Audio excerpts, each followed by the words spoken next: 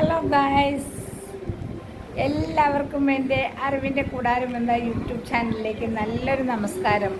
അങ്ങനെ ഓണമൊക്കെ കഴിഞ്ഞു. ഓണത്തിൻ്റെ ഇന്ന് ഓണം, തിരുവോണം, അവിട്ടം, ചതയം, അങ്ങനെ ഓരോ ദിവസങ്ങളും കഴിഞ്ഞു.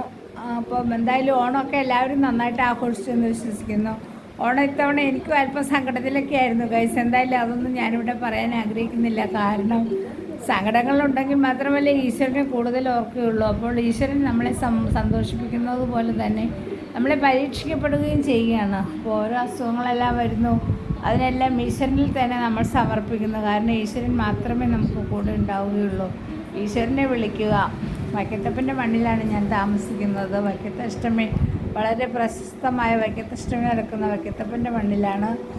അപ്പോൾ അതുകൊണ്ട് നമ്മുടെ അസുഖങ്ങളും എല്ലാം അവിടെ സമർപ്പിച്ചിരിക്കുകയാണ്.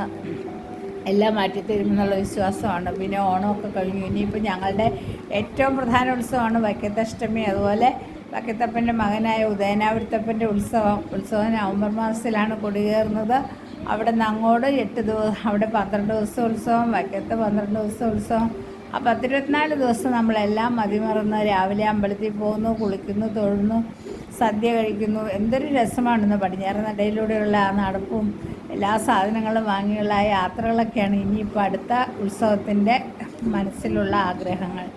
എന്തായാലും ഗൈസ്, അങ്ങനെ ഓണമെല്ലാം കഴിഞ്ഞു. പിന്നെ നമുക്ക് അസുഖങ്ങൾ വരുമ്പോഴൊന്നും നമ്മൾ തളരരുത്. കാരണം എല്ലാം നമുക്ക് ഈശ്വരനാണ് തരുന്നത്. സുഖവും ദുഃഖവും സന്തോഷവും സമാധാനവും. അസുഖങ്ങൾ മാറ്റിത്തരുന്നത് ഈശ്വരനാണ്. ഈശ്വരൻ നമുക്കെല്ലാം മാറ്റിത്തരുമെന്നുള്ള ആത്മവിശ്വാസം ഉണ്ടെങ്കിൽ എല്ലാം നമുക്ക് സാധിക്കും. ഞാനിവിടെ വരെയും എത്തിച്ചേർന്നത് അങ്ങനെ തന്നെയാണ്.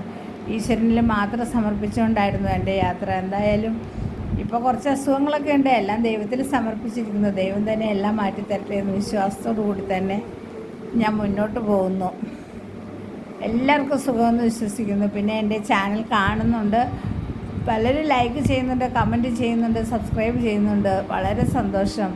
എനിക്ക് പുതിയ പുതിയ കണ്ടൻസുകൾ കിട്ടാനും അതുപോലെ എനിക്ക് ഇങ്ങനെയുള്ള ഇതൊന്നും എടുക്കാനായിട്ട് അറിയുന്നില്ല. അതുകൊണ്ട് മാത്രമാണ് ഞാൻ നല്ല നല്ല വീഡിയോയിൽ വരാത്തത്.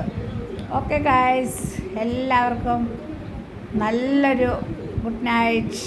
ഓക്കെ, സബ്സ്ക്രൈബ് ചെയ്യണം.